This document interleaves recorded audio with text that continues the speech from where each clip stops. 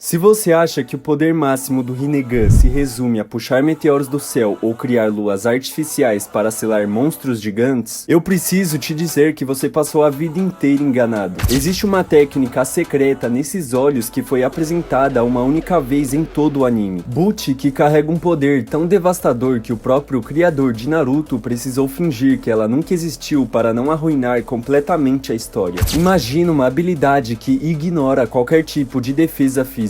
Passa por barreiras como se elas fossem feitas de vento e garante morte instantânea para qualquer um que seja tocado por ela, independente do nível de poder do adversário. Parece mentira, não é? Mas esse jutsu é real, foi usado na nossa frente e de forma surpreendente. Quase nenhum fã de Naruto debate sobre o estrago que ele causou. Estou falando daquele misterioso dragão de alma invocado através da estátua Gedo Amazu. Hoje nós vamos desvendar os segredos por trás desse poder esquecido e entender de uma vez por todas o motivo real pelo qual os maiores vilões da obra decidiram trancar essa apelação no fundo do baú. Então, se você curte esse tipo de análise detalhada sobre os mistérios de Naruto e quer continuar descobrindo curiosidades que a maioria dos fãs deixa passar batido, clica logo no botão de se inscrever aqui embaixo. Toda semana eu trago conteúdos profundos como este para a gente discutir. Vamos lá. O caminho humano em asteroides. Para entender o tamanho do problema que essa técnica representa, nós precisamos olhar para o funcionamento dela. Basicamente, esse dragão gigante de energia espiritual funciona como se fosse o poder do caminho humano do Rinnegan, só que com asteroides. Você provavelmente se lembra do caminho humano, aquela habilidade que o Pen usava para arrancar a alma das pessoas apenas tocando a cabeça delas. É um poder incrivelmente perigoso porque não dá para defender. Se ele te tocar, sua alma vai embora e você cai morto na hora. Imagina pegar esse exato conceito e amplificar por 1000. Em vez de precisar ir até o oponente e esticar a mão física e puxar a alma dele devagarinho, você simplesmente invoca um dragão colossal feito de pura energia espiritual. Essa criatura cruza o campo de batalha em alta velocidade e, pelo fato de ser um ataque puramente etéreo, ela não possui massa física. Isso significa que você não pode bloquear o dragão com um escudo de areia do Gaara. Não pode pará-lo com uma parede de terra e nem mesmo um escudo de chakra seria capaz de conter a sua trajetória. Ele simplesmente atravessa qualquer obstáculo e, no milissegundo em que encosta na ponta do dedo de um shinobi, a alma daquela pessoa é sugada instantaneamente para fora do corpo, resultando em óbito imediato. A única alternativa real que resta para quem está do outro lado é correr para salvar a própria pele. Nós testemunhamos essa carnificina de perto durante o flashback que mostra o passado trágico do Naruto, logo após a morte dolorosa de Yahiko. Consumido pelo ódio e pelo desespero, Nagato invoca o Gedo Amazu e libera esse dragão de alma no campo de batalha. O resultado foi um massacre absoluto. Ele varreu uma multidão inteira composta por ninjas de elite da Anbu da Folha e pelos subordinados de Hanzo da Salamandra, com uma facilidade absurda. Os ninjas que estavam ali eram homens treinados para a guerra, entraram em pânico completo ao perceberem que seus companheiros estavam caindo mortos, um a um, apenas por serem tocados por aquela silhueta translúcida. Eles tentaram fugir desesperadamente, mas quase nenhum deles conseguiu escapar da fúria implacável de Nagato. Então vamos para por que essa técnica assumiu a perspectiva do autor. Introduzir um conceito tão absurdamente apelão em universo de batalhas é um terreno extremamente perigoso para qualquer escritor. Quando você cria uma habilidade de morte instantânea que ignora defesas e não oferece um contra-ataque viável, você acaba de quebrar o balanceamento do sistema de poder da sua própria história. E pensando no lado de fora da narrativa, Masashi Kishimoto, autor da obra, percebeu rapidamente o problema que tinha em mãos. Habilidades desse tipo deixam os combates monótonos e sem graça. É por isso que outras histórias famosas evitam usar poderes semelhantes de forma recorrente. Pensa comigo, no universo de Harry Potter, nós temos a famosa maldição imperdoável, Avada Kedavra, que mata instantaneamente e não pode ser bloqueada por feitiços defensivos. Embora seja uma marca registrada da obra, se todos os bruxos utilizassem apenas esse feitiço o tempo todo, os duelos perderiam toda a graça e a beleza coreográfica das lutas mágicas sumiria. O mesmo vale para outras obras de fantasia, onde habilidades de morte instantânea precisam ser muito mais limitadas para as lutas continuarem emocionantes. No caso de Naruto, se vilões como Obito ou Madara decidissem usar esse dragão espiritual com frequência, o desenvolvimento das batalhas na Quarta Grande Guerra Ninja seria deplorável. Lembra de quando Madara surgiu no campo de batalha e invocou 2 meteoros gigantescos? Foi uma cena lendária e extremamente visual. Mesmo diante daquela catástrofe colossal, personagens como Onoki e Gaara ainda puderam unir forças, usar suas habilidades ao limite e parar temporariamente o primeiro meteoro. Houve esforço e houve tensão dramática. Agora, imagina se Madara simplesmente invocasse o dragão de alma espiritual para varrer a aliança Shinobi. Não haveria o que fazer. Não existiria esforço de grupo capaz de deter um ataque intangível de morte instantânea. Seria apenas uma fuga em massa sem nenhuma graça narrativa. As limitações e as regras do mundo de Naruto. Felizmente, Kishimoto construiu justificativas fantásticas dentro do próprio universo de Naruto para explicar por que essa técnica nunca mais foi vista em ação após aquele flashback.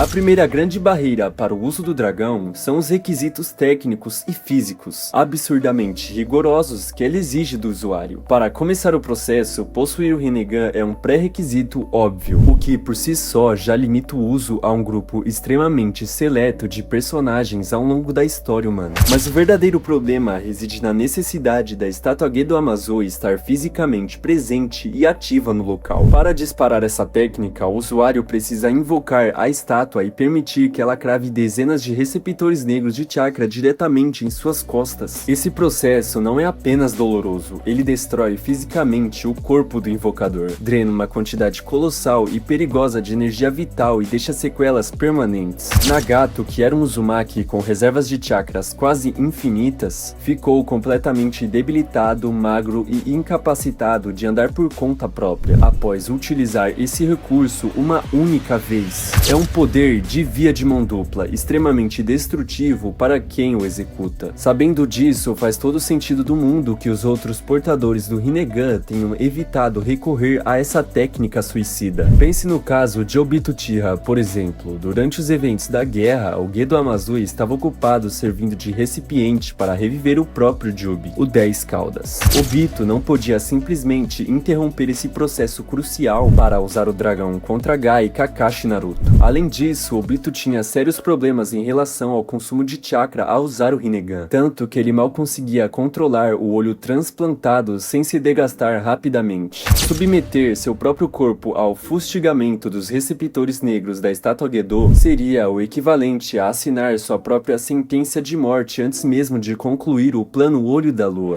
Já no caso do Madara Uchiha, a situação é bem parecida, mas com os detalhes interessantes. Quando Madara é trazido de volta pelo Edo Tensei, ele estava sobre a condição de um corpo imortal e regenerativo, mas os corpos revividos por essa técnica não possuem um Rinnegan verdadeiro e, portanto, não conseguem invocar a verdadeira Gedo Amazo no seu selamento. Posteriormente, quando Madara finalmente é ressuscitado de verdade através do Rinne Tensei, ele recupera seus olhos reais e até chega a invocar a estátua para capturar as bijus de volta. Mas por que ele não usou o dragão de alma naquele momento? Primeiro, porque ele precisava da estátua intacta e focada na absorção de bestas de caudas para se tornar o Jinchuriki do 10 Caudas o mais rápido possível. Segundo, o Madara é um guerreiro extremamente orgulhoso que valoriza a elegância do combate físico direto. Ele dificilmente aceitaria passar pela humilhação de ter o seu corpo perfurado e debilitado por cabos de chakra apenas para garantir uma vitória fácil e sem graça, não é? Assim que ele se torna o Jinchuriki definitivo do Jubi, a estátua passa a residir dentro do seu próprio corpo, impossibilitando a invocação externa do dragão. Logo depois, como todos nós sabemos bem, sua trajetória foi interrompida de forma estúpida pelo infame golpe de Zetsu Negro. Finalmente, temos Sasuke Uchiha, o último grande portador do Rinnegan. Para o Sasuke, usar essa técnica era uma impossibilidade completa. No momento em que ele despertou o seu Rinnegan supremo, o Gedo Amazo já havia sido selado permanentemente junto com a Kaguya Otsutsuki, em outra dimensão. Sem a estátua disponível no plano terreno, o dragão de alma simplesmente não poderia ter conjurado de maneira nenhuma o destino do usuário original. Se analisarmos bem, o próprio Nagato nunca mais pôde repetir o feito. Após aquele dia fatídico na chuva, ele ficou permanentemente preso a uma máquina de suporte teleporte, tendo vida para conseguir distribuir seu chakra e controlar os 6 caminhos de Pen à distância. Como os caminhos eram apenas corpos sem vidas controlados remotamente, eles não tinham a capacidade física de manifestar o Gedomazu e conectar os gabos de energia necessários para disparar o dragão. Quando Nagato foi revivido temporariamente pelo Oda Tensei de Kabuto, ele demonstrou habilidades espetaculares, mas a limitação de não poder invocar a verdadeira estátua no estado de revivido o impediu de cogitar o uso desse trunfo destrutivo mais uma vez. No fim das contas, a decisão de Kishimoto de restringir essa técnica a um momento isolado do passado foi uma jogada genial de roteiro. Ela serviu perfeitamente para nos mostrar a extensão da dor de Nagato, elevando o patamar de perigo do Rinnegan ao nível de uma divindade temível, sem estragar o desenvolvimento estratégico das batalhas futuras da série.